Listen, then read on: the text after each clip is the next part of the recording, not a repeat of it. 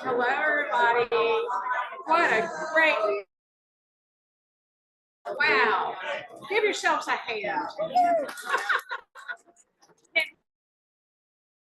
You have to eat the ice cream cone. Okay, welcome everybody. Members here, would you please stand up?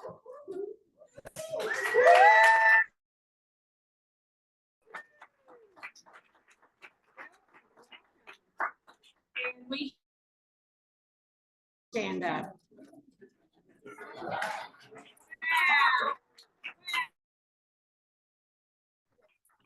So good to see everyone. And Ryan is going to talk. Hi guys. Okay, so really quickly, before we get started, we need a couple of mentors for our new class of 2024. We need 4 to be a mentor. You just need to, you'll be assigned a couple of people. You'll be assigned a couple of people, and then you're just responsible for just checking in with them, helping them get logged in, coming to a couple of meetings, coming to the first meeting, which is all are interested in being. Is anyone here planning on being a mentor? Raise your hand if you're planning on being a mentor. Okay. So if you are interested at the end of class, Dana, will you raise your hand? And we would really, really appreciate it. It's going to be an amazing year. We had over 50 applicants this year. 28 class members. So we had an amazing group of people, and it's going to be an awesome class. Thank you. Yes, we're very excited about our new class. And it's going to be a great time. You can buy a CTMN t-shirt or turquoise or green $15, and on the back it says volunteer. Oh, I don't think they can see them. Oh, okay. Far away. Here. Oh, thank you, Frank. Yeah, t-shirt, $13. We'll probably have the t-shirt order about another month, and then we'll place the order, and then all the t-shirts will be brought t-shirts here, or get your buddy to pick it up for you. Tonight we have really interesting things, even a bat that used to be alive. It's there for us to donate. We have about $30 in the bucket, and it costs $50. We're going on donations and then just friendly, cooperative, pick up an item that you want. We have a new vice president. Woohoo!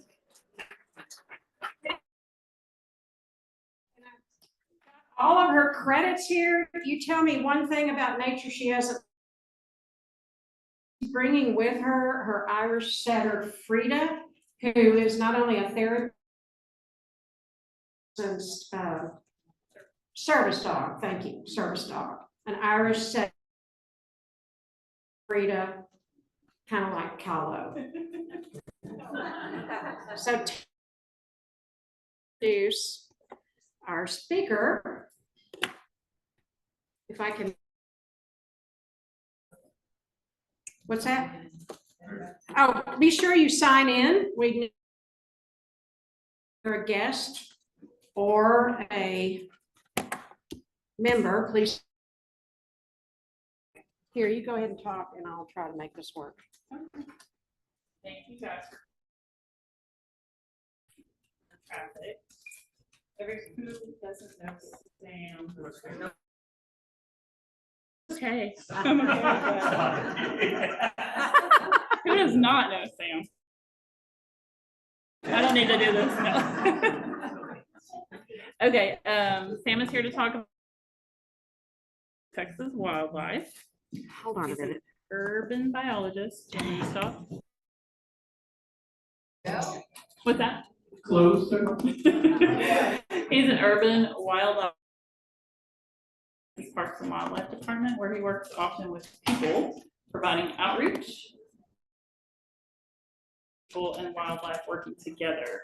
He also provides technical guidance to in a variety of organizations to create wildlife habitat. His experience, I won't go through where, or maybe I should. Now, science interpreter for the Museum of Science and History, botanist, and the best part are his INAT stats, which I wrote. I came in here, I had to look and update the numbers already. I got more today. I was out today. Okay. Okay, and read that up there too. Okay. Observation 1,000 plus species, almost 12,000. 681,000 plus. It's not an addiction. It's So great job.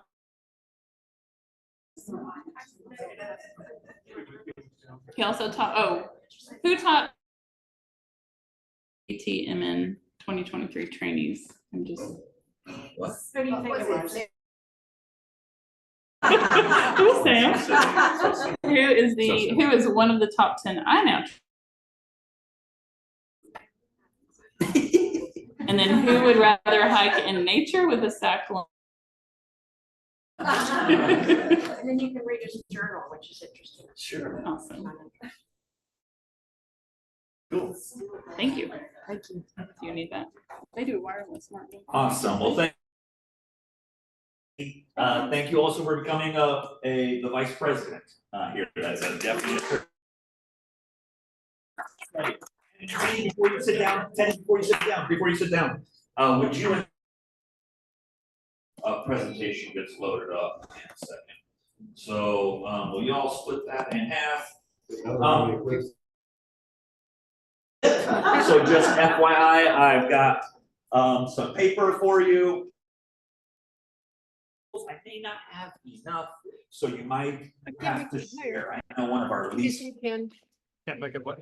is share. So You wanna make it louder? I thought Oh, my I mic so will. you can hear it. Okay, I've got to get some chips or something. while Zach is Zach, let's start out with, and if you could mention that you can hear and see, hopefully you can both hear. A little closer. Okay, I'll go real close. So hear that on chat. I'm not able to watch chat, so if you're saying something you on purpose. But we'll talk a little bit about some summer adaptation. We start with that. Story time. Let's start out with story. Has been hot before. Okay, good. I'm seeing some hands. Right, me, if you've been hot before. What is the hottest weather? Carol and I were having a lovely discussion where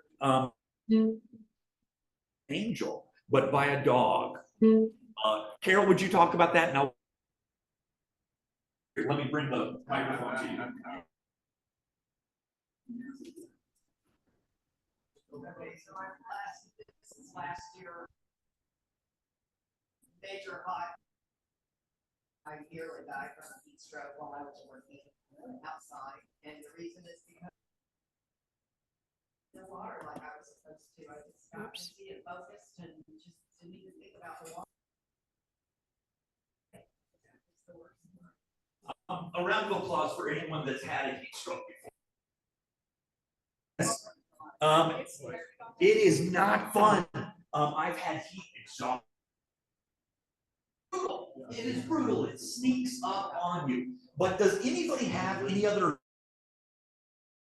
place you have ever been before? Josephine, would you come on up here? Come on up. Okay, Josephine, what is the hottest place you've ever been to? It was 115. 113. Okay, good. Very good. That first dance must have been. Have you been anywhere else where you've been really hot before? Anybody else? Go. Where have you been that's been really, really hot? Dubai, and I think it was 122. Degrees? Yes. I mean, just crazy, incredible. We have been in places where it gets pretty hot. As Carol was mentioning, sometimes the heat sneaks up onto that. On our wedding days, sometimes it's really, really warm. It actually snowed on my wedding day. Okay. So we're gonna do a little experiment together. Pencils, and hopefully folks on Zoom, are you seeing that or okay. Okay. I'll try to project.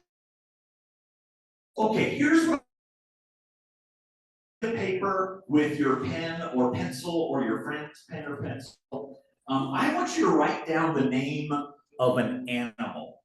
Okay? Name of an animal. An animal includes arthropods, so it can be animals. Go ahead and write down the name of an animal. Just kidding. You don't have to do that. They're not that much. Okay, so write down the name of. Okay. You know, if it's a Texas one, cool. Maybe. I selected this one. A show of hands. How many of you have seen one of these in real life before? Definitely here. I selected the red-eared slider turtle. Beautiful sliders, so they'll slide quickly into the pond. Now, what I want you to do is a little. On the third letter of that word, just in case, R. D is number 3. The third letter of the word of that animal. Now I want you to write down all of the animals.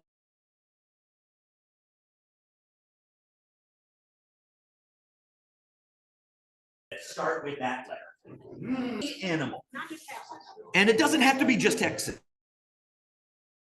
with it. And if you don't have a sheet of paper, apologies, but maybe use the.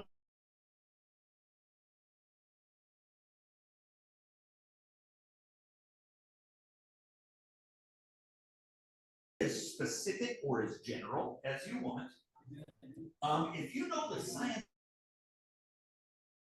Whoa, great job. Daisy was no good seeing this.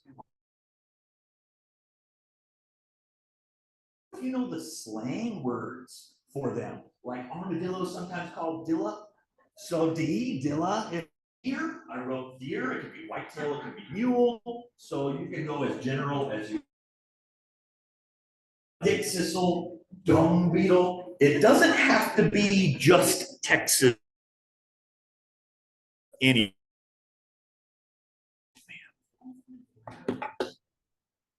Okay. Right.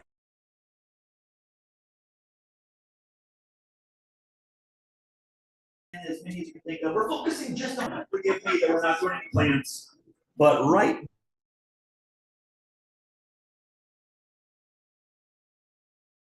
Of the animals that you can think of with that letter. Another 10, 15 seconds. Yes. If you. What letter do you have? You. What? Urchins. Underwing moths. Yes. Any other views that you can think of? Critters that start. There's the unicorn mantis.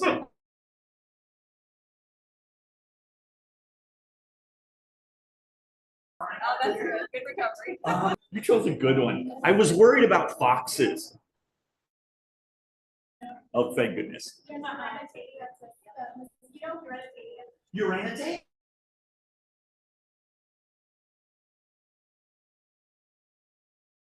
Yeah, you think when you go to dinner. When I was. Great fox. Okay, all right. So go ahead and put your pencils down. Who here has the start out? How many of you have more than 10 animals? Anybody? Lucy, way to go. Let me double check. Here, come on up here, Lucy. Come on. Lucy, what was your letter? Yes. S. Oh, that's a good one. Oh, that's good. Snail, snake, wasp, sandpiper.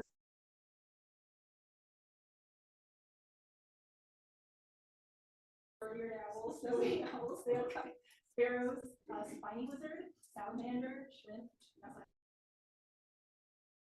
Lucy, way to go.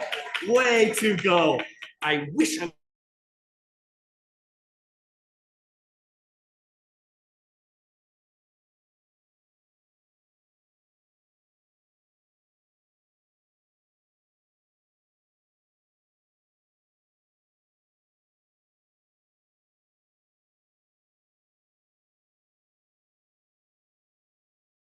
To your lists in a little bit. As I was kind of going down the rabbit hole of this presentation, reading about the future of Texas. Yeah, the future of Texas. It we'll see, but it's going to get hot. It's going to get probably even hotter than it. I hope you can see it in person or virtually. An interesting it's some predictions using various models, looking at the next 30, 100 Texas. What do you see? We'll start out with our 2039, almost 2040. That map. Anything jump out at you? East, so there's some growth. What do you see? I see a lot of 100 degrees. I'm also in areas here too. I'm looking at DFW. I'm looking at Austin, San Waco there, some other places along that as well. And as it continually see it on the picture here, but we're looking at even darker colors section. If you want to have some nightmares before you go to bed, this is a great climate to read. I know enough. I know enough about physics to realize about. Again, I know enough to know that I don't know much, but is foundational knowledge about physics, specifically the physics. You remember the laws of thermodynamics? Anybody remember some of those? You remember teaching some of those? Absolutely. Did you teach the zeroth law? No. Okay, yeah. But when we look at what heat is this thermal between systems due to a temperature difference. There's a lot to jump into tonight about like entropy and entropy and all of these sort of into this. But what's really interesting in nature is that we observe these physical laws, and we observe the transfer of. If you're sitting here in the room or if you're watching online, again, I hope you can see me and take your hand and I want you to touch the metal part on your chair. Go ahead and do it. What temperature do you? Oh, do you know what's really going on? You are transferring the heat of your body. It's feel cooler, but the heat is actually being transferred from one system to another system, that chair. This is an example of conduction. Whole image of everyone in here. Gosh, you're so hot. You are so hot. Last time I told you that. but, oh, your internet is unstable. You're hot. Look in a mirror and go, God, I'm hot. Because you're boiling. You are boiling compared to here. But as you touched your little chair, or if you're watching at home as you touched, hopefully, you are actually leaving some of that heat on that object. If I of that chair after you touched it, it would be slightly warmer than the rest of that chair. You or anything like that, I'm sure you recognize this, but this is what happens in nature too. There that occurs. I'm not going to go into these terms too. Is really what's happening. You're touching a conductor. It's conducting it from one object to the next. Apply in biology or in nature. And this is a graph, you may have seen this before about food webs and food chains. Mountain lions are so rare. Do you know why mountain lions are so rare? Mountain lions need an incredible amount of plants. And I know just, dude, Sam, don't you realize that mountain lions don't eat plants? I know that, Jeff.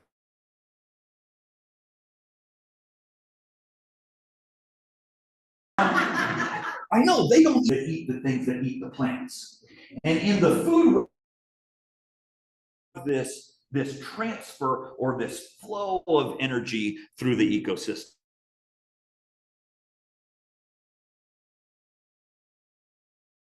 A lot of energy, and it transfers each time, each level of the food web or the food chain. As something eats a plant, it gets a little bit.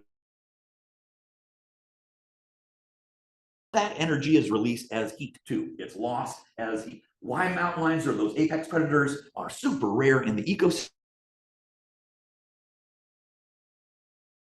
A lot of levels for them. Another term called thermoregulation. How something, the ability of an organism, as I copied and pasted from Wikipedia,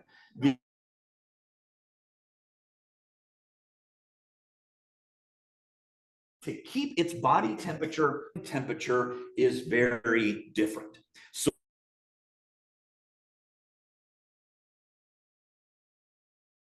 one temperature internally, there are things that thermoregulate in different ways.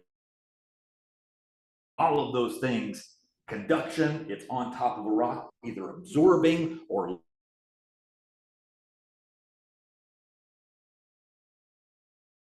evaporative cooling, convection, and radiation are other mechanisms of thermoregulation. I hope I'm not patronizing. Training is so that not just you get these lessons out to whomever may be interested. Endotherms, sometimes called cold-blooded and warm-blooded. I really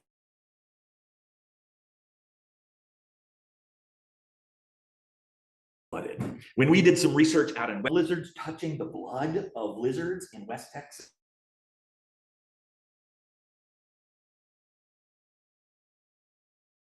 Lizards, what temperature was the, not just a warm blooded, that was hot blooded, that was a hot blood.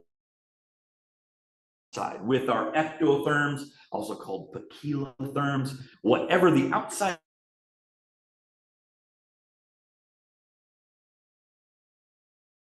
temperature typically mimics that. Then we have our lovely endotherms. Real quick question, and if you're on chat, in case, how many of you had to eat either today or yesterday? Anybody? Show of hands. Anybody?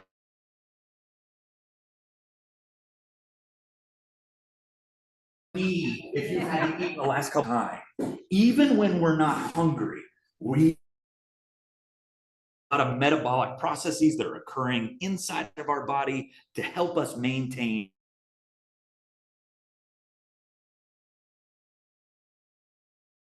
temperature. We are endotherms. This is probably, give or take, 65.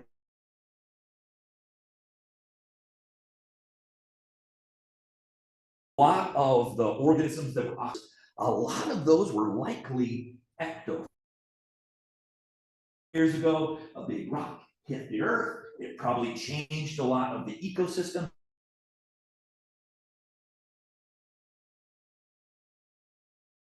dust appear over most of the planet, it made it harder for our ectotherms to get warm. But these little tiny shrews, tiny mammals that were here during, waited in the margins. They waited in the margins for 5 million years ago. That happened, and all the dinosaurs died. The endotherm,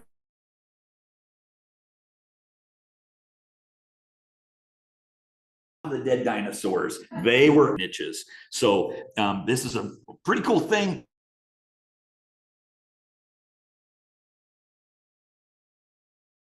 And birds, modern dinosaurs, have this ability to regulate our own internal temperature. So we're going to look now how do they deal with heat. There's some pretty cool adaptations that different animals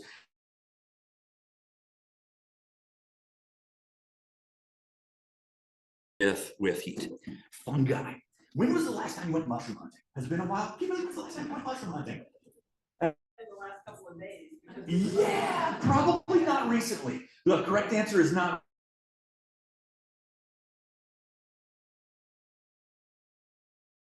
It is hard to go mushroom hunting when it's 100 degrees, but persisting.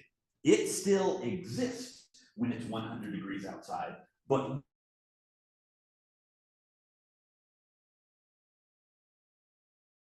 active state. It's not producing those mushrooms, this mycelium that coats the ground.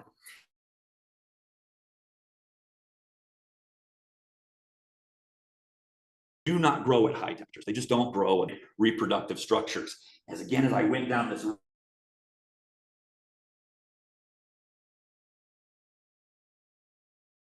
on some thermophilic fungi, there are some genes that are expressed that help some fungi to tolerate high temperatures when it's very warm.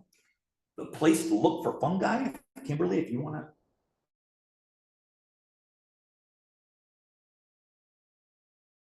Place to look for fungi underneath stuff. Mushroom caps, not the reproductive structures, but you might hyphae and the mycelium of those fungi. They are persisting in temperature and where there's more water retention. In a hotter area, it evaporates relatively quickly. So when we have a covered area or a place where things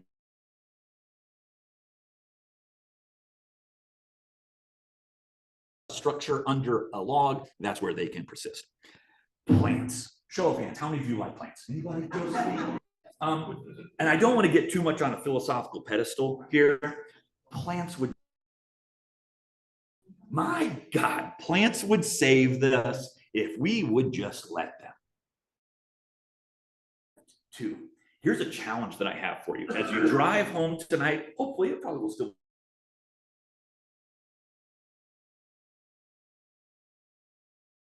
home, pay attention to the road, but I also little grasses or some quote unquote weeds.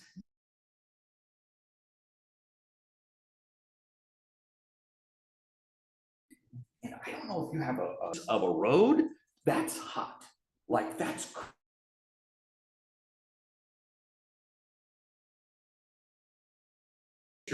this probably radiates heat during the day. If the sun is beating down there, but if given just a little crack, plantsciency is the name of the game for our plants. They can persist.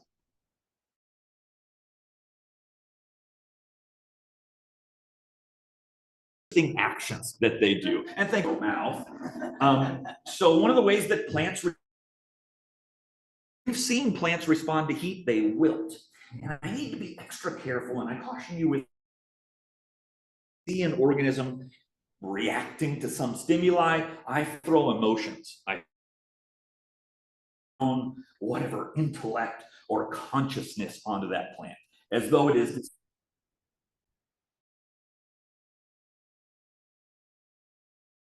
to do this or do that. This is just how stimuli, when it is hot outside, is they'll wilt. You've seen it, Josephine. What do you normally say when you see a wilted plant?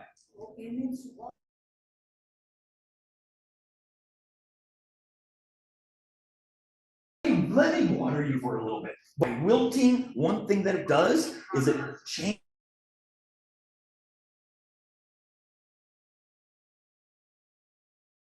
It changes the surface area of spread out where it can get a lot of that heat.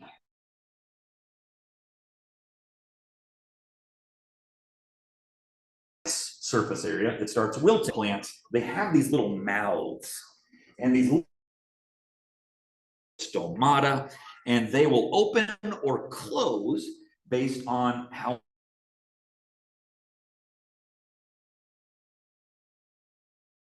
they're actually doing some really neat studies at Britain hundreds of years ago, and they're seeing the number of the mouths are changing. In the past, there wasn't quite as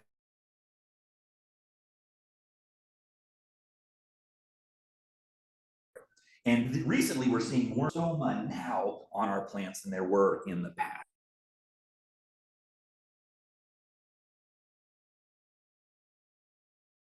To carbon dioxide, they open or close these mouths to prevent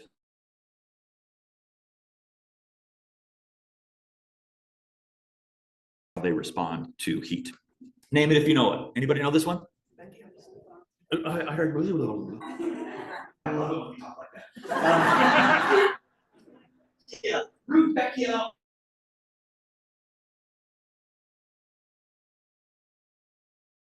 A lovely, lovely one. Rudbeckia, you know the term, meaning hairy. This is our hairy hairs on our leaves. They are also there to prevent that water loss. Around the leaves there, preventing the water loss around those stoma. Let's look at how arthropods respond to heat. And if you don't know arthropods, foot, so our jointed feeted critters, insects, moving helps. When it gets really, really warm, rather than wilting in place, maybe a spot where it is a little cooler. In the case, much like our fungi, their structure, our arthropods move in those same places.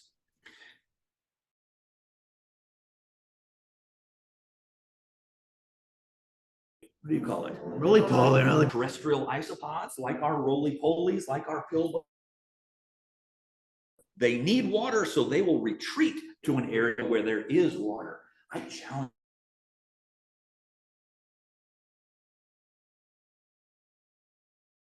Look for a roly-poly, flip it over, and you might even see the gills of that roly-poly. They are crustaceans, so they will still have these gills right underneath here. As you probably already know, roly-polies, they roll in a little.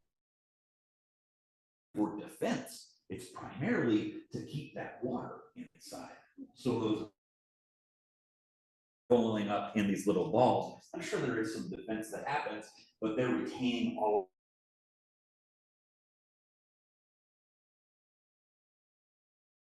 the compact ball there. Another thing that insects can do is they can change the time of their activity. So some nighttime flyers to sort of evening flyers, crepuscular, dawn and dusk.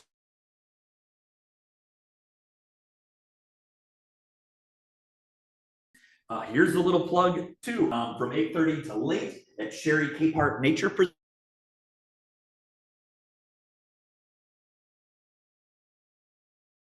So if you want to come and participate, the best, they're the best. So if you want to have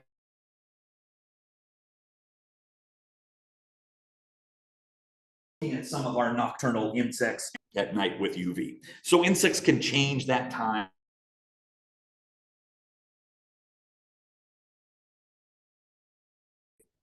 Another kind of cool thing is they'll change their sitting position. They have this lovely position. Brett, you've seen it before, once or twice. This is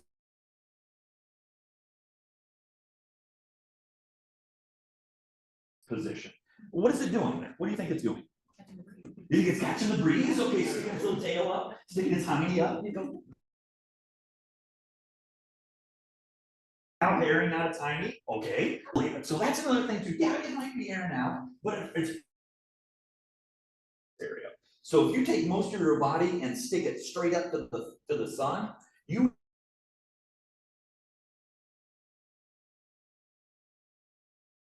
exposed to the sun. So this is called dragonflies in the next few days. They probably will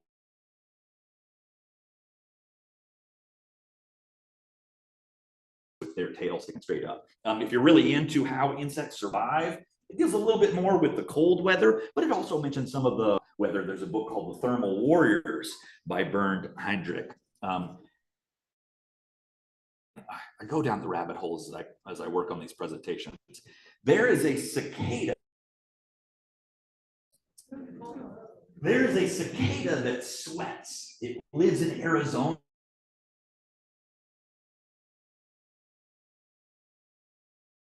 These little openings, and it will drink up the creek that. It'll secrete the plant through these pores, and a cicada that sweats. I did not know that. Did you know that? Crazy, crazy, Lisa.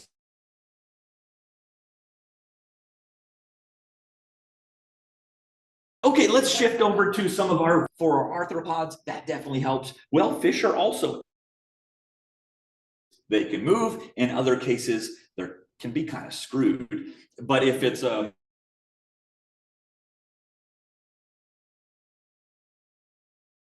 water that has different layers within that body of water, and this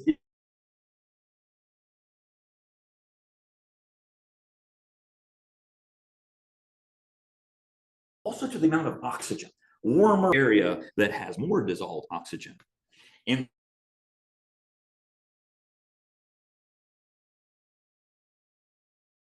we were just talking earlier about fishing during the summer. If you're fishing at 1 o'clock in the afternoon, good luck. They're going to be way down there. During that time either. This would be sort of on arrested development, a dormancy period of the day. So on the super warm lowest point, or that different layer of the pond, where not only is it a little bit cooler, if it's not quite that warm, or if it is cool, they will come over to the shallow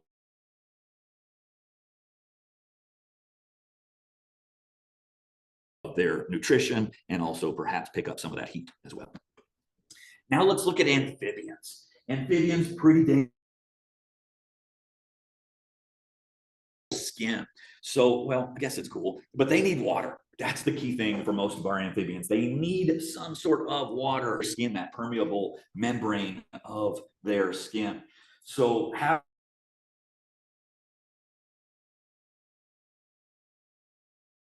I go close to water, or at least to a place where they shift over to reptiles, to a group that they love the heat. They are ectotherms, so if it's hot outside,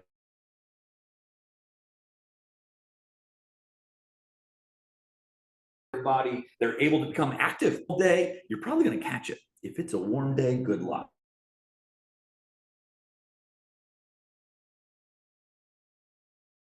It is ready to go.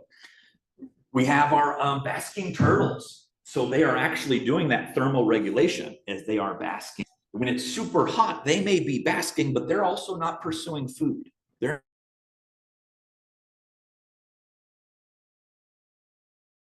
of dormancy period as well.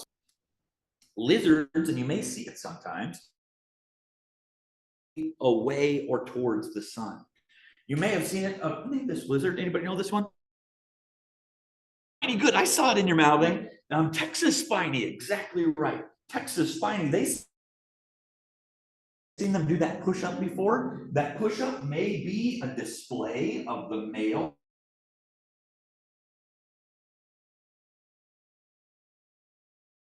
This different shade there to display from happening, losing that body temperature against.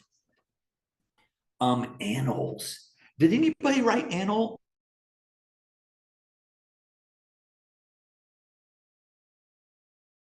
Oh, darn it.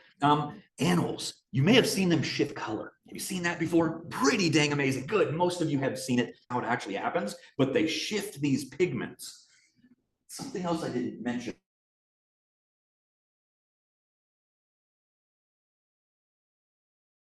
Would you rather, oh, I'm not gonna say it that way. In the summertime, which is more successful? A black bug? Why white? Why white? You got it. So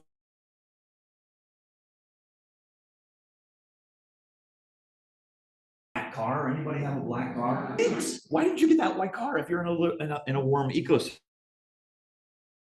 Color of that also either reflects or absorbs heat. In the case of our animals, they're doing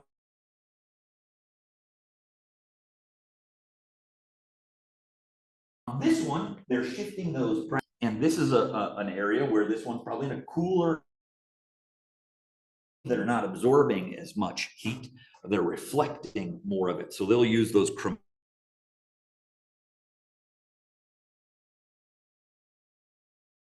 to deal with the heat. Name this one if you know it. Anybody know the name of this one? Good copperhead, our lovely eastern copperhead band. But what they'll do is they'll shake in a quarter that we will see some of these when we go out black. We've already seen it before at River Legacy during our kids' camps. Yes, great. It's great. Before last. Other camps. Yeah, so they're here. We share the urban ecosystem with a lot of our copperheads. When we did some black lighting last year, years before, and at Trinity River Audubon Center a couple weeks. Copperheads, a whole bunch of copperheads. They were pursuing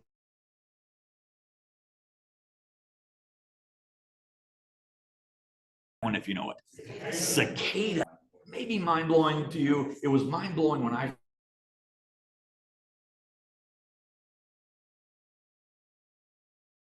but they're going after these soft and sensitive, and they utilize that resource. I'll go ahead and plug it. We have a reptile appreciation.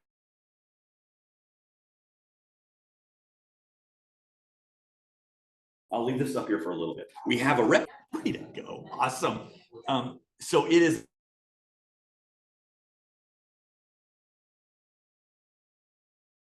It is a bit of a trek. It's in Garland. Bit.ly link for it. bit period 63 big L big F little t 8. So if you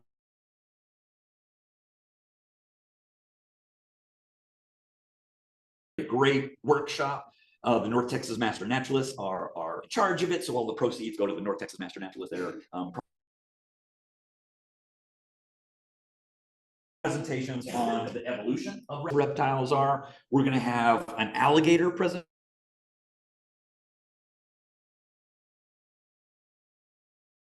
That will be coming with us. We're going to have animals, a presentation on sliders, and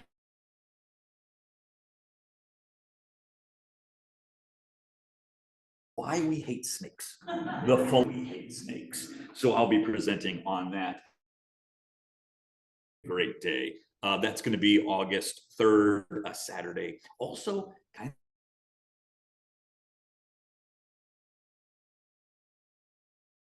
of training for this day too. So if you need those hours. Thank you, Ryan. Thanks, Ryan. Cool. Okay, so about birds. What do birds do? Name this one if you know it. Anybody know this?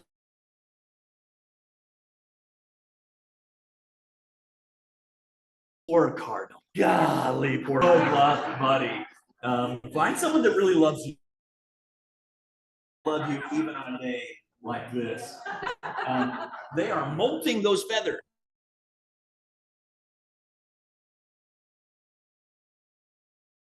Their feathers, much like mammals shed fur too, but this is a case where these cardinals have shed a lot of their feathers. They don't want, and they are endotherms, so they lose some of their feathers when the time is right. Great. Some of them just leave. Joe and I were talking earlier about just becoming a snowbird. Canada. Well, birds do that too. They say, forget it. I'm going to go out. I'm going to.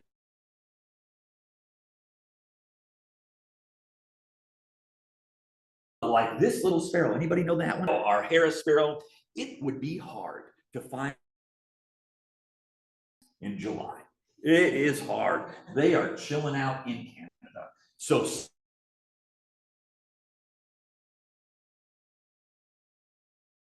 great as a way to avoid. So this is a Harris sparrow.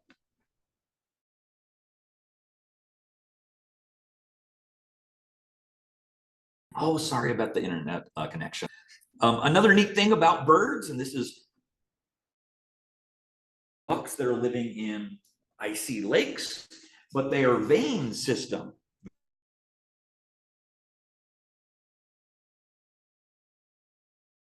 is very interesting. They have a net, so it allows that heat transfer to happen between.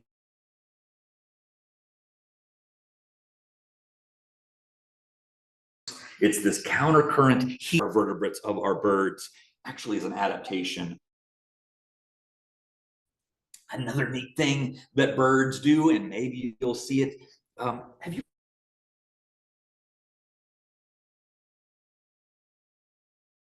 been to a rookery? Here's what I want you to do. If you ever find yourself in downtown Dallas for whatever reason, I encourage you to go to UT Southwestern has a rookery there. There's a rookery outside of UT Southwestern. Has anybody, some of y'all have been to it? It is pretty dang cool. And this year, not quite as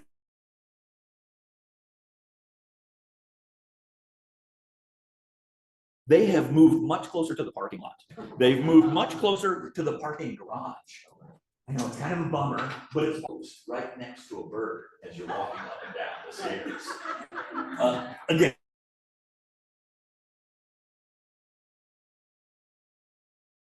really cool. When I went a couple with some prevention of conflicts, lot fluttering, where they just take their little throats and kind of wiggle it around. They don't use evaporative cooling throughout their body, so instead they have to keep their mouth agape and lose. You might see birds that do that same sort of thing, keep their mouths open on a real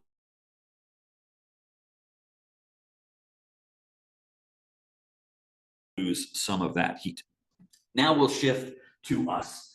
We have hair. We have hair. It can be a great thing to keep us warm. It's how we insulate that internal lose heat. When I was presenting at Weatherford College, great question. Why aren't we comfortable in 98 degrees?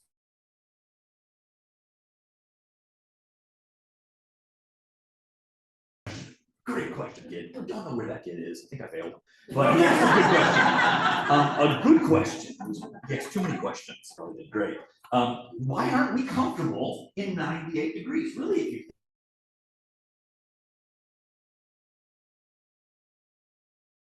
you the universe wants an equal degrees. Anybody have a good answer for it? What would you say? Because we just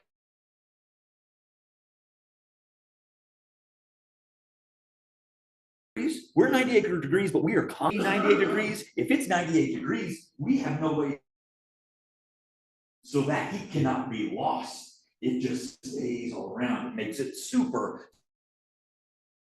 That was a great question. So we are constantly generating that heat. And if it's hot outside, if it's hot, have nowhere to lose that heat or transfer that heat away. One of the things that we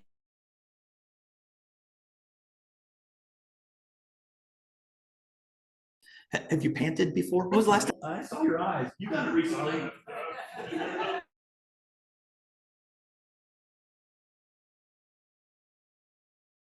I was out at a pool. It was hot. As I got to my car, I literally was panting.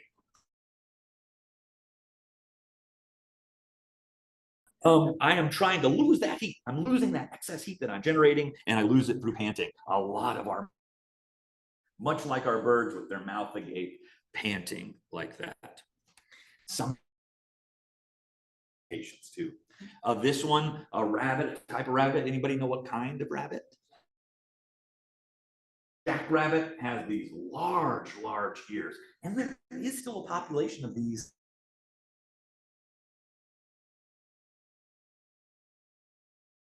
In Denton, we're working with a group, and I don't know how that's going now, but they have these big ears with those veins right next to the skin that acts like a radiator.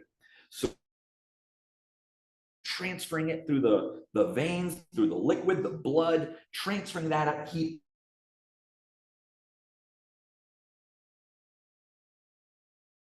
The ecosystem. So those big old that we do, name the movie. Anybody? Zach?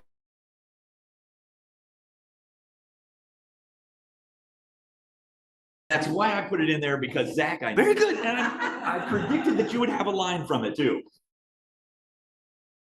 My goodness, and I'm already, look right there. I did this so that I am producing moisture. My body is producing moisture. When I get home, I have to squeeze it out. It's really, really nice. My wife loves it as I.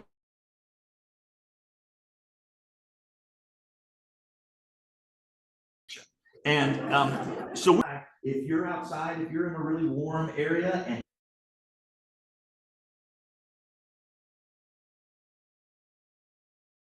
that's a problem, Frank. I was in a race. when I do not remember today, the last mile and a quarter. No consciousness. And I ended up in the hospital and I thought they were checking me out. I was done.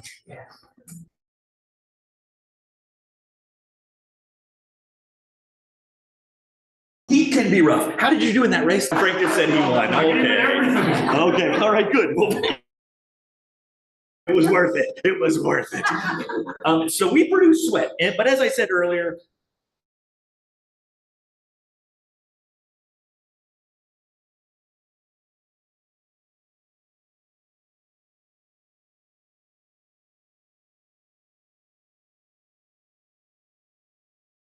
that water, we're causing evaporative cooling. Water is a great agent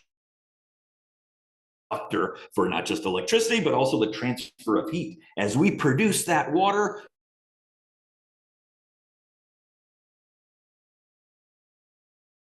heat to the ecosystem, to the atmosphere.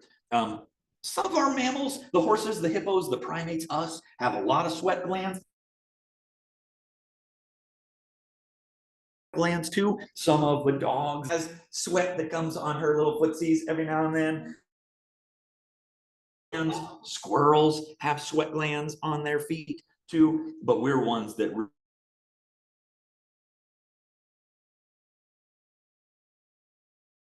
this sweat to help us with that cooling process through evaporative cooling.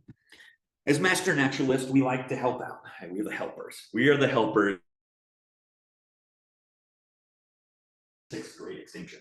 So how can we, should we help out nature? But one thing that I really enjoy,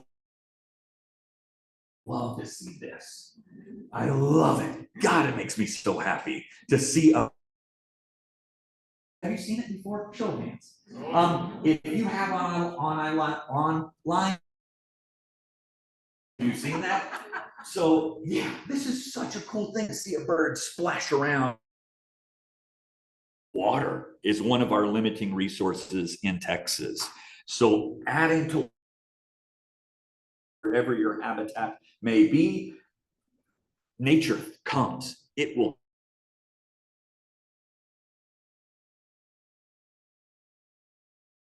Or to this water source quite abundantly. But something else that's also super important, I know I'm preaching to the choir with this, but to create habitat, your bacteria. Should I say it now? I guess I will.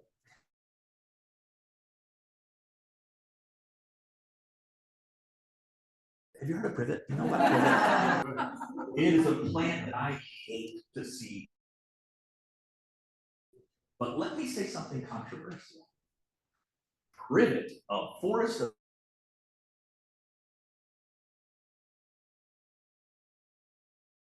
than a parking lot. I mean, seriously, it's cooler than a parking lot. So in our urban ecosystem, yes, I still. I also see privet as a plant that is cooling that area. I don't know how philosophical we want to go or how much of an ethical discussion, but plants are still providing that service of cooling that little bit of the.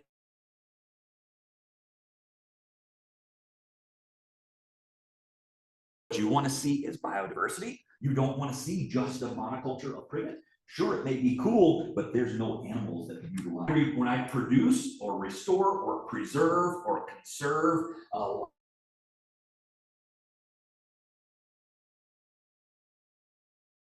That's providing habitat for a lot of the heat to the organisms that live there.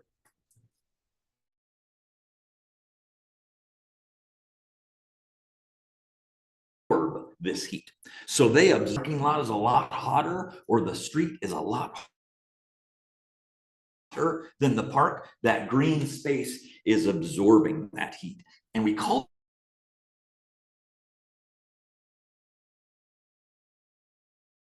sometimes our prairies are brown absorption than that parking lot is. So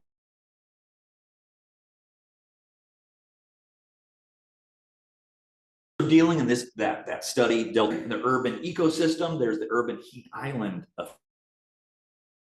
actually from Dallas, where they did some on the ground temperature readings. And high industrial areas or a lot of those gray spaces of parking lots, higher temperature, whereas a lot of the green areas, the places of parks,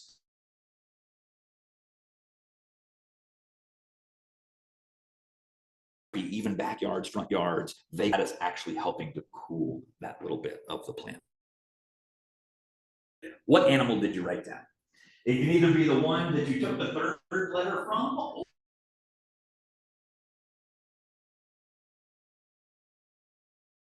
that you have. Here is my challenge for you.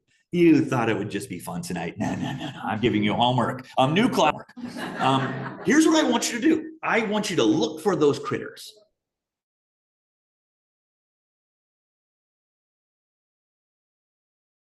The unicorn mantis may be hard to be able to find all of those critters, but try to find some of those critters.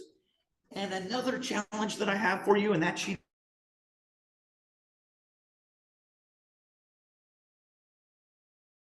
take home, put it on the fridge, do whatever you want, that those organisms have for living. If you're able to take a picture of it, put it on iNaturalist. You can tag me at Sandbox.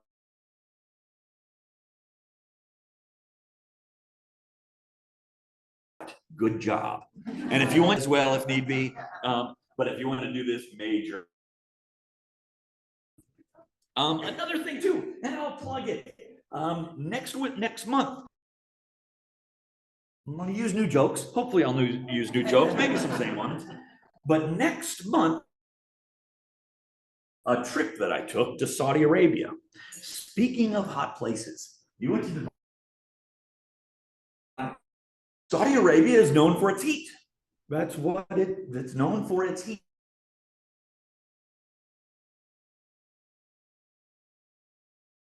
About my trip to Saudi Arabia, but help you wherever you go. One challenge in learning their adaptations, I want you to think of a country that you've not been.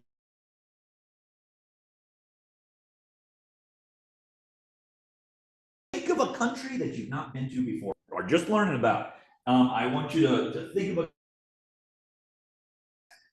in a little bit. And I'm actually, please don't pick.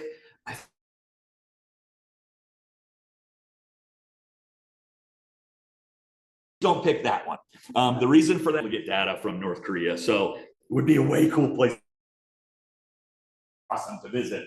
It would be pretty challenging to get in, perhaps. But before, and it would be hard to get in. Harder to get out. Harder.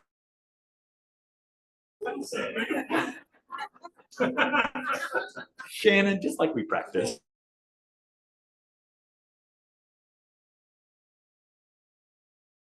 So yeah, so think of it. I'd love to address any questions that you may have about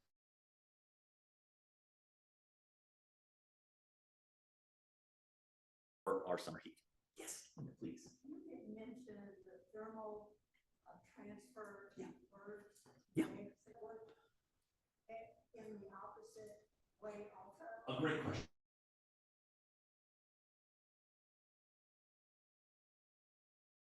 For everybody. So this is made conditions for cold conditions for the retention of that heat. The other way, in losing heat, and yes, it does. So they will take that internal body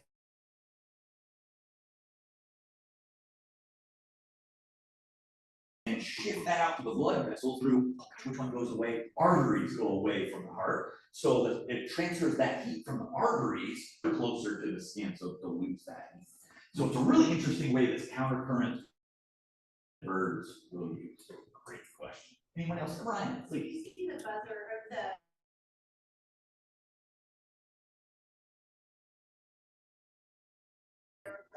To be spread out, or they can never eat. Sure, yes. So that's rather than losing heat, that's more for absorbing heat. Sam, repeat the question. Sure, oh, thank you, Frank. So vultures, you've seen vultures, you know, hopefully you.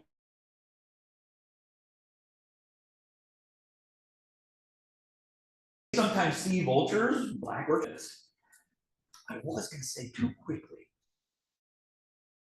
Heat, like a solar panel, trying to get that heat. They do it on hot days too. But I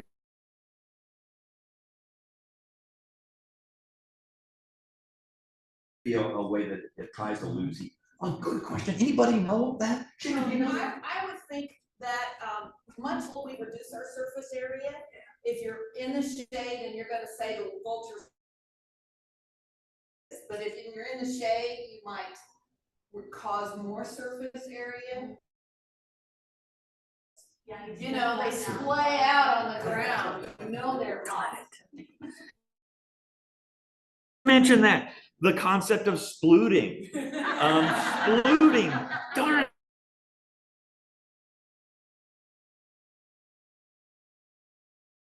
Splooting, making you dizzy. What splooting is conduction, just like how you touch the chair. That is you're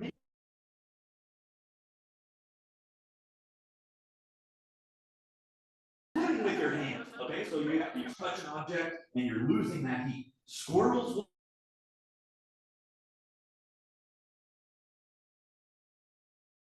on the concrete or in a. Thank you for this challenge. I'm gonna have to look that up. Get back.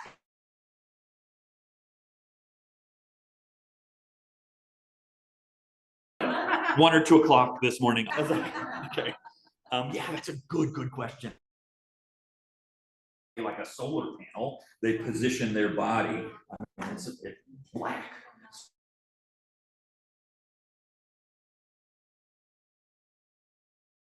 But you're right. I see them sometimes do that during like. It could be that too. Yeah, so it could be for loss or prevention. Yeah, it could be that too. So we'll have to look that up. Thank you.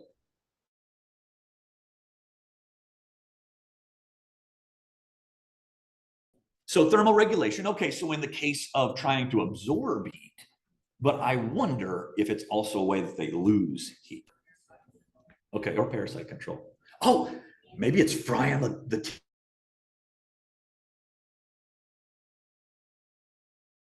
Oh, you want to bite me? Stay put. Thank you, Ryan. Those, you see that frequently. The ectoparasites. They'll even turn their wings like up to the sun. Yeah, fascinating.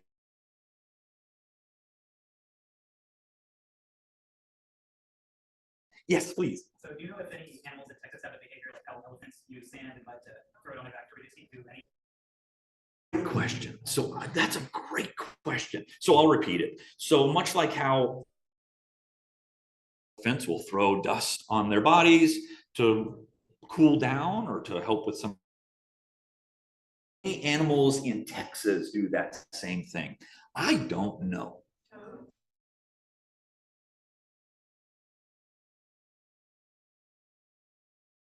Oh yeah, yeah, maybe. I think that a lot of them, if they're able to, do so sort of that sort of thing rather than bison.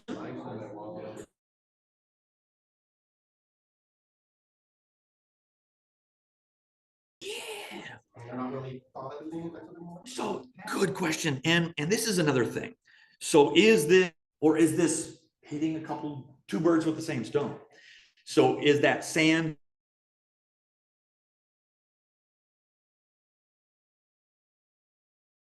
or some of that, or is it an act of, or some of our servants will do that too? I don't know. Good. Dumb question. How do pigs sweat? How do pigs sweat? Is this a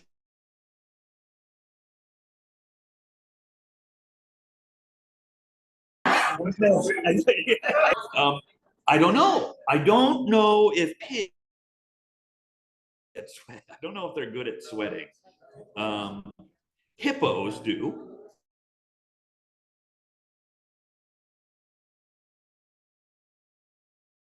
Not pigs. Do they sweat? I didn't think they did. I think they wallow. So I think they're doing some more of that conduction. So sort of getting onto that.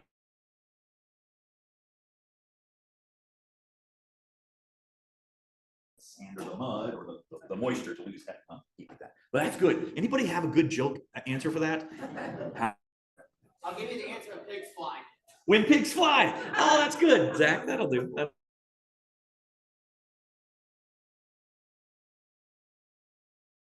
I don't know. Good question. So I think that they probably panting as well, maybe shedding some of their. Yeah. So more of that conduction. Yeah. Good question. No. Okay, Google. Siri said no. Pigs do not sweat.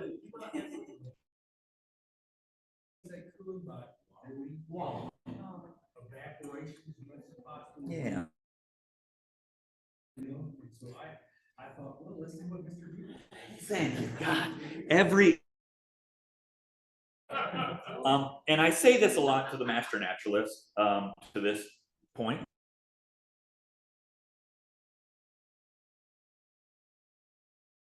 Answer, every little factoid is right here. So I'll say this. It doesn't matter what you know, or what you know is almost irrelevant. That's the big question. Most people may not care about pig sweating.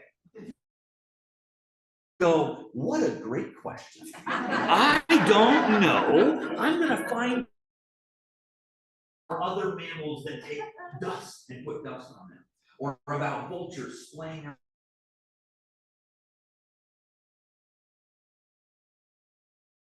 Answers here. I know Siri knows.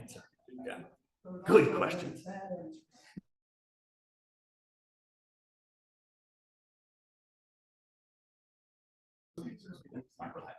Anybody else have questions that I can't answer? Yes, please. Yeah. So are the urban heat islands problem?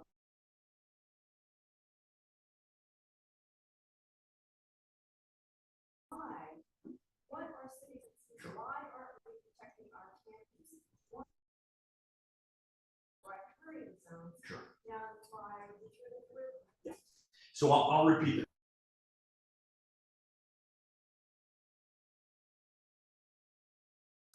Climate change is a thing. He's doing to mitigate. He's doing to prevent some of the urban heat effect. And I know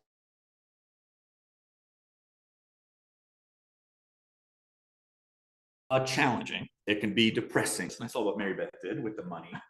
However, there is resiliency plans.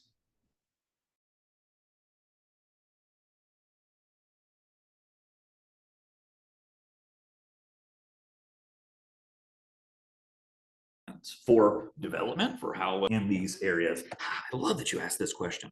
This makes you dizzy. That I started out with from the BBC. Will Texas become too hot for humans? It dealt with a lot of those resiliency plans that some cities are progressively looking into on finding these green spaces that they can allow, incentivizing some industries to putting in more trees or more plants or more areas to mitigate some of those changes. It is hard. It is hard, and I don't have a good answer for it. But I do know, at least the city of Dallas does have a climate resiliency plan of different potential paths that folks can do. Yeah, great question. Great question, and I hope that it kind of, I hope it's one of those things that kind of keep me up too. Yeah, there is a, oh gosh. Well, yeah, it can be disheartening. can be very disheartening. But what we can do, we can control our own backyards. We can control our own front yards. We can utilize the spaces that we have available to making those a little bit more habitat friendly.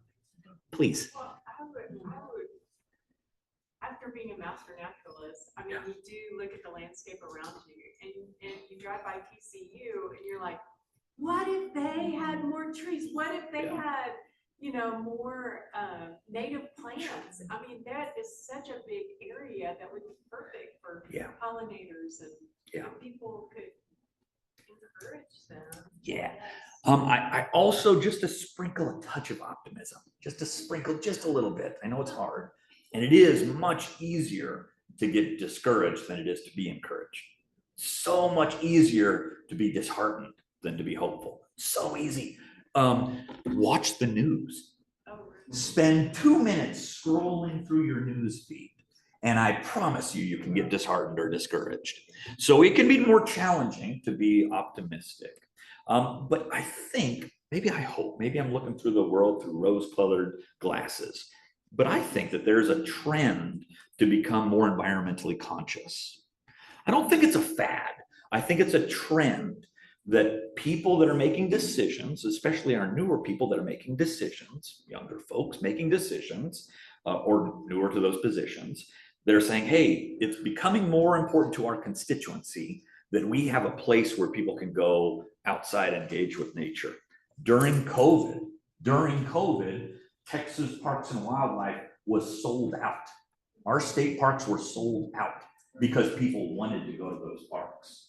So I think that there is a trend to being more environmentally conscious. At least I hope so. I hope so. A lot of word vomit to say, yes, it is discouraging, but there are some things that we can do that can hopefully mitigate some of that urban heat. Just an interesting story since we're talking about this. I have 2 certifications on my front yard.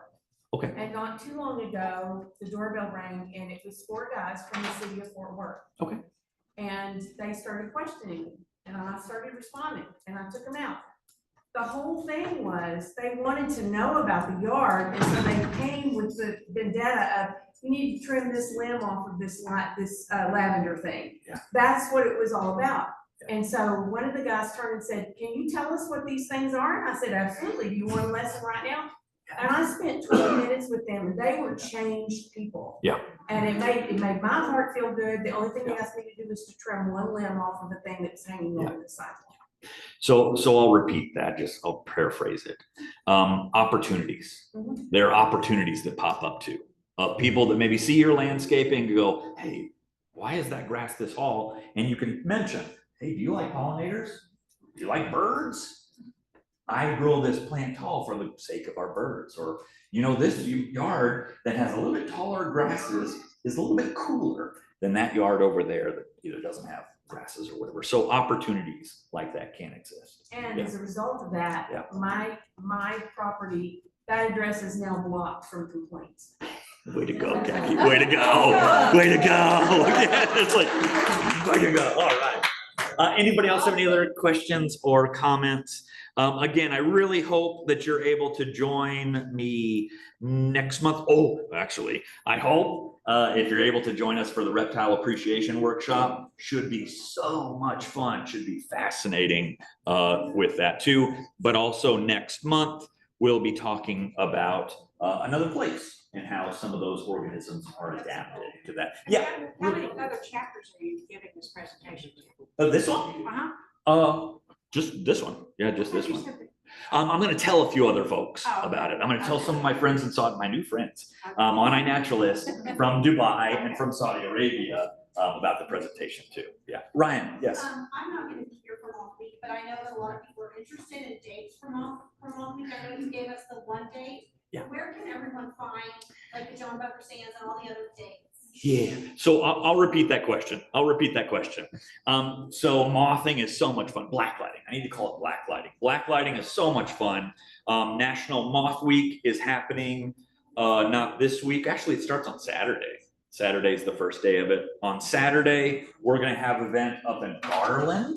There's gonna be a Spring Creek Preserve up in Garland or Plano? Garland, I think.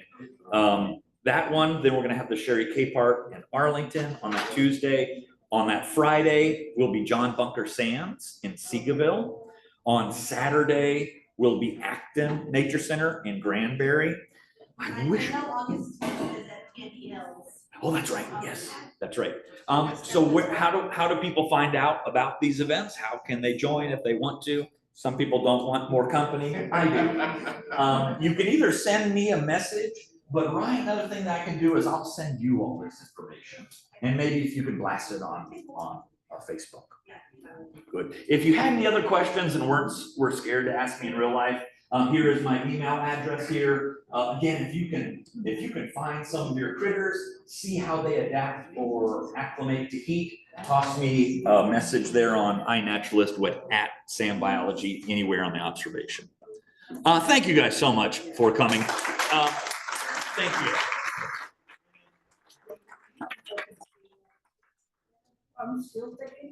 So still taking donations over here. Some other stuff over here. What's all this? Swag. Okay, so swag. If you want free stuff, some good reading materials over here. Guys, thanks so much for coming. Yes.